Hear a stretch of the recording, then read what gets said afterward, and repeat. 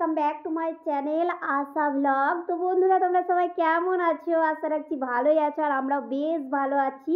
তো আজ তোমাদের সঙ্গে কিছু কথা শেয়ার করব আমার মাম্মিকে নিয়ে। তো আজকে মাম্মির কি ঘুম আসছে না রাতে, তো মাম্মি আমার সঙ্গে ভিডিও বানাতে চাইছে, আর আমার কিছু লাইফস্টাইল সম্পর্কেও তোমাদেরকে বলতে চাই। তো বন্ধুরা, কি ব্যাপার, আমার ভিডিওগুলো কি ভালো লাগছে না? তোমরা তো কোনো রেসপন্স করছো না, যে কারণে আমার ভিডিও বানাতে একদমই এনার্জি আসছে না। তো অবশ্যই রেসপন্স করো, তাহলে আমি বুঝবো যে আমার ভিডিওগুলো যাই হোক কারো ভালো লাগছে। আমি জানি কতটাও ভালো আমি ভিডিও বানাতে পারি না, তো তোমাদেরকে কথা দিচ্ছি ভালো ভালো ভিডিও বানানোর চেষ্টা করব। তো দেখো, আমার মাম্মি আজ ব্লু কালার পরেছে, আর আমিও ব্লু কালার পরেছি। ওকে, নেভি ব্লু আর স্কাই ব্লু। তো মাম্মি, তোমার কি ঘুম আসছে না? রাত্রি বাজে অনেক, কিন্তু আমি তোমাদেরকে যেহেতু ভিডিওটা কালকে দেবো, তাই আজকে প্রথমেই বোধহয় গুড নাইট বলে ফেলেছি। তো যাই হোক, এটা একটুখানি ম্যানেজ করে নিও, রাতের শ্যুট বুঝতেই পারছো। তো দেখো, আমি ক্যামেরার সামনে কথা বলতে অতটাও অভ্যস্ত না, তবুও চেষ্টা করছি ভালো করে বলার। তো আমার মাম্মি এখন ঘুমোবে না, মাম্মিকে একটা গল্প শোনাচ্ছিলাম। তারপরে ভাবলাম যে ক্যামেরাটা অন করে তোমাদের সঙ্গে একটুখানি একটা ভিডিও শেয়ার করে দিই। সেভাবে তো ভিডিও এখন আর করতেই পারছি না, তার কারণ সময়টা খুবই কম।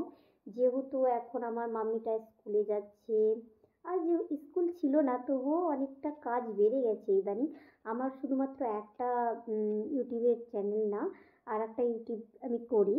তো ওখানেও আর কি ভিডিও দিতে হয়, যে কারণে হয়তো তোমাদের সঙ্গে সেভাবে মানে একটা ভালো একটা ভিডিও হয়তো তোমাদেরকে দিতে পারছি না, যে কারণে তোমাদের আকর্ষণ লাগে না, দেখতেও ভালো লাগছে না। চেষ্টা করবো ভালো দেওয়ার, ওকে? তো চলো, এখন আমি মাম্মিকে একটা গল্প শোনাই। কিসের গল্প শুনবে মাম্মি? ইউনিকর্নের। ইউনিকর্নের? আমি একটা ভালো গল্প শোনাচ্ছি, হ্যাঁ?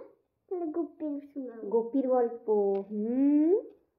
গোপী কি করতো? মায়ের সঙ্গে দুষ্টুমি করতো, দিয়ে গোপীকে কেউ দেখতে পারতো না, জানো? গোপী শুধু দুষ্টুমি করেই যেত, শুনতোই না কারো কথা, শুধু ভ্যাঁ ভ্যাঁ ভ্যাঁ ভ্যাঁ করে কাঁদতো। ওকে বলতো যে বাইরে যেও না, কোথাও যেও না, শুনতো না। একদিন গোপী হারিয়ে যাবে, দিয়ে মাঝ রাস্তায় মানে অন্ধকার লেগে যাবে, গোপী কাঁদতে শুরু করবে। দিয়ে এদিকে গোপীর একটা দাদা ছিল, ওই গোপীর দাদাটা ভীষণই ভালো, গোপীকে খুবই ভালোবাসতো, ভাই ভাই করে। গোপী একদমই থাকতেই পারতো না ওর ভাইকে ছাড়া। এবার গোপী, ওর মা, গোপীর ভাইটা মাকে গিয়ে বলছে, মা, গোপীকে তো দেখতে পাচ্ছি না, চলো আমার ভাইটাকে খুঁজে আনি। এবার ভাইটাকে খুঁজতে গিয়ে গোপীর দাদাটা একদম পাকে পড়ে গেছে, গর্তের পাকে। দিয়ে তখন কি হয়েছে, গোপী বলছে যে তখন এবার গোপীর মা চিন্তায় পড়ে গেছে, আমার দুটো বাচ্চা কোথায় গেল, কোথায় গেল। মানে গোপীর মা একটু দূরে ছিল, ও কাছে ছিল। তারপরে কি, গোপীর মা কাঁদতে শুরু করেছে, তারপরে গোপীর বাবা এলো, তারপরে গোপীর বাবা সবাইকে জানালো। জানানোর পর গ্রাম থেকে সবাই আলো নিয়ে গেল গোপীর গোপীর ভাইকে আর গোপীকে খুঁজতে। দিয়ে খুঁজতে গিয়ে দেখা যাচ্ছে জঙ্গলের ভিতরে গোপী কেঁদে কেঁদে ঘুমিয়ে পড়েছে, আর গোপীর দাদাটা মানে কাঁধের পাকে পড়ে কাঁদছে, এরকম।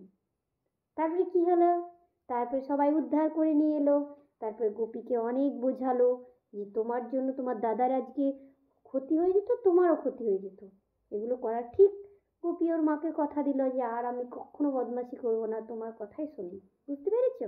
হ্যাঁ, আরেকটু গল্প শোনা। তো বন্ধুরা দেখো, মেয়েটাকে এখনো গল্প শোনাচ্ছি, চলো আর অনেক অন্য একটা ব্লগে তোমাদের সঙ্গে দেখা হবে। Bye bye.